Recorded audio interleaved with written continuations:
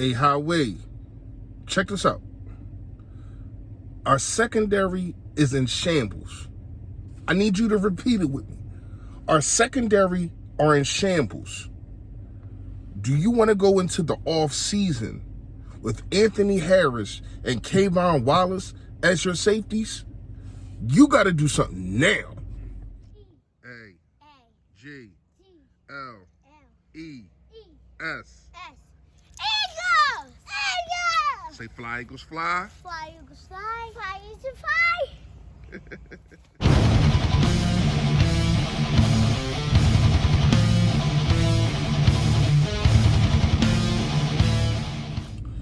Yo, that man, you know who it is, you know what it is. You're born Philly Fresh, a.k.a. the General here reporting for duty. Listen, man, come on now. We know the drill. If you haven't done it, man, please make sure you hit that sub button. I think it's right down there, right there. Yep.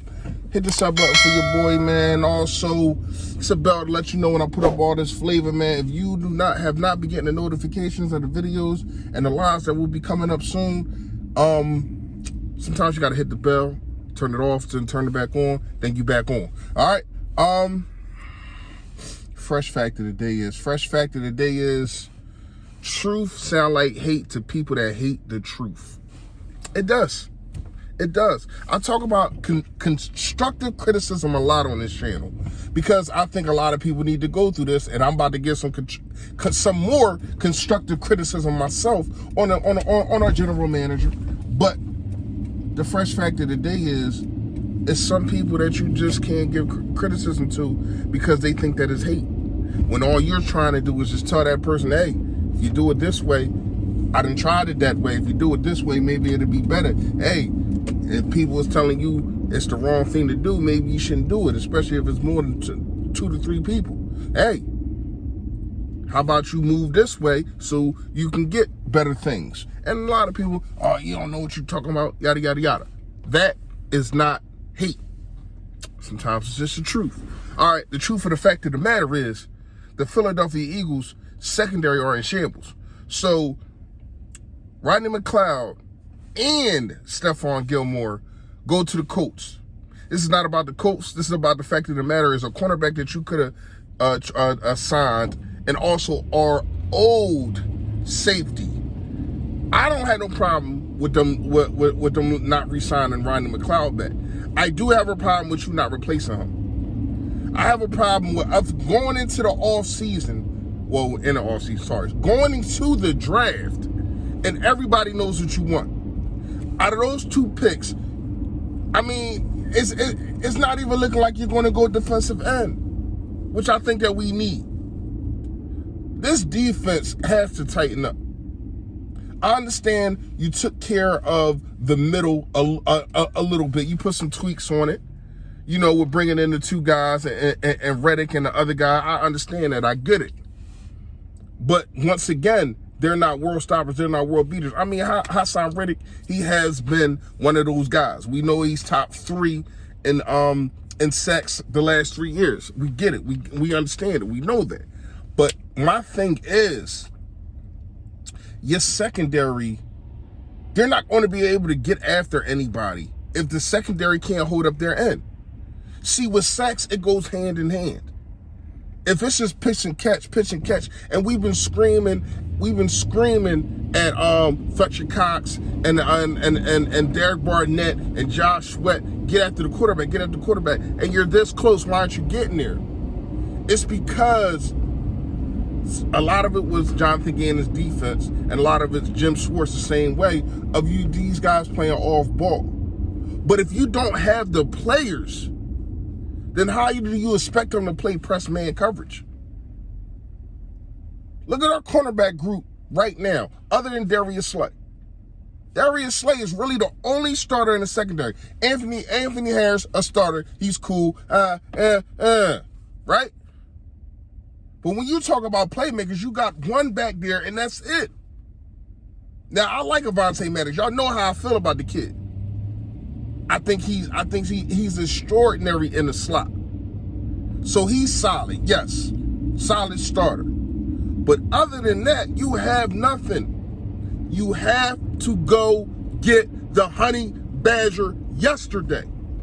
You got to get him. Because you cannot go into the draft and teams know, that they need a corner and they need a safety. And try to fleece you if you want to move up because they know what you want and they know what you're trying to go get. To me, right now, we shouldn't even be looking at a wide receiver in the first round or the second round. This defense got to get fixed. I understand, yes, we do want more tools for Jalen Hurts, yada, yada, yada. But a lot of the time, you can help your quarterback by giving him more possessions, by defense getting other teams off of the field. I'm not liking the way this is going, man. I really don't. I would have thought by now that you would have signed the Honey Badger and then everything would have been good. Everything would have been good because you addressed one of those positions. You have no CB2 right now. You don't. Stephon Gilmore is gone. You have no free safety right now. You don't. Kayvon Wallace got his chance. I ain't gonna say got his chance, but when in the Dallas game, he looked at like a fish out of water. A rooster with his head cut off. Things gotta change, man. Things gotta change, and things gotta change very, very soon. Very soon. I'm sorry, the draft is in what? 13, 12 days, less than 2 weeks. You gotta make a move before you go into the draft, or you're going to go into the draft with so many needs that people are going to be able to pick on you and say, oh, well, I know what you need. Give me this. Give me top dollar for that. And Howie, I know that you usually are the fleecer, but sometimes when you go into an opportunity to where as though you got to give something up because it's a player that you most certainly need, then you in trouble. You fix the issue. I don't really know how you fix the CB2 issue, so it looks like going to the draft, it's going to have to be one of the first round picks. But the safety issue you can fix, and you can fix that today. Stop being cheap. Pay the man. Because that's probably what it's coming down to.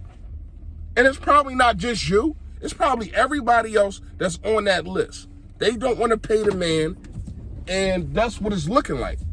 But for us, it's a need. It's a need. It's a need. And not only that, you have an opportunity to have a guy that's going to complement your best cornerback and making plays. Because he can scramble on it. Whoever your CB2 is, he can scramble on that side of the field, and Darius Slay still has his side. And you got the Honey Badger, who is a ball hawk, basically helping out your CB2, whoever that may be. Not gonna lie to you, man. I don't like our secondary right now. If y'all do, and y'all still talking about getting a wide receiver in the first round, I think you're bugging. I think you're tripping. Shout out to the Sixers, man. Blowout game, like I said, in five. I still got us in 5. Blowout game, and I keep telling y'all, when you have a superstar who only scored 19 points, 15 rebounds, when you have a superstar and you have another guy who was a superstar and is borderline not being a superstar, but then you have a guy who is coming of age. I told y'all he is Siakam. He is Siakam in that run that they had when they beat us. He is developed, but it looks like he's better, in especially in this game. He is developing before our eyes. The dude can shoot the freaking lights out. It comes to the point now when he shoots the basketball, I'm like, it's going in. It's going in. And then the athleticism, the acrobatic moves at the rim. This kid is something special. And I'm going to make a whole blog, a whole video on this probably tomorrow. I am not giving Maxey up for Bradley Beal next year. He is going to be a Bradley Beal. Watch. It might come a point in a time in this series that he drops 50 or 40. He could have dropped 40 last night, but I didn't like that they tried to press it to give him that 40. I really didn't like it because he's a kid. Things have to naturally come for him. Pause. But you get what I'm saying? They have to naturally develop instead of him trying to force the issue. And the crazy part is he stole the show and ain't nobody really talking about it. Ain't nobody really talking about it. I know the rookie, probably the rookie of the year for Toronto. They said his X-rays came back negative, so shout out to him, man. I hate to see people, injured or whatever the case may be, but hopefully he's in a better situation. But 6-5, Siakam looked pedestrian. I know Embiid did too, but Embiid didn't have to do anything. And this is what you want from your superstar. It's Maxi's night. I'm going to let him ball. I'm going to do my thing on the defensive end. I'm going to get, 5-6 assists. I'm only going to shoot 1 3 because I don't need to. We up a dub. I'm not really forcing anything. And I thought Harden did the same thing, man. Once again, Harden, I need you to stop complaining to these refs every time you think it's a foul. Because then now it's 4-on-5, and they going down to the other end scoring while you sitting there talking to the Zebras. Stop it, man. Stop it. Other than that, I thought Harden was efficient. He was aggressive enough for me. And he dropped, what was it, 12 dimes? 12 dimes? Niang, man. Niang has been, and I tweeted this last week. Yes, go follow your boy on Twitter at PhillyFresh_60. I tweeted this. He has been, talking about Niang, he has been that guy off the bench all year. Sturdy, can defend, can move his feet to defend, and has been very, very good behind the three-point line. That's what you brought him here for. So, man, not gonna lie, man, I like a lot of things that's going on with these Sixers, man. Looking good, man. 6-5. Let me know what y'all think. You already know, stay Philly, stay fresh, y'all. Yo, that!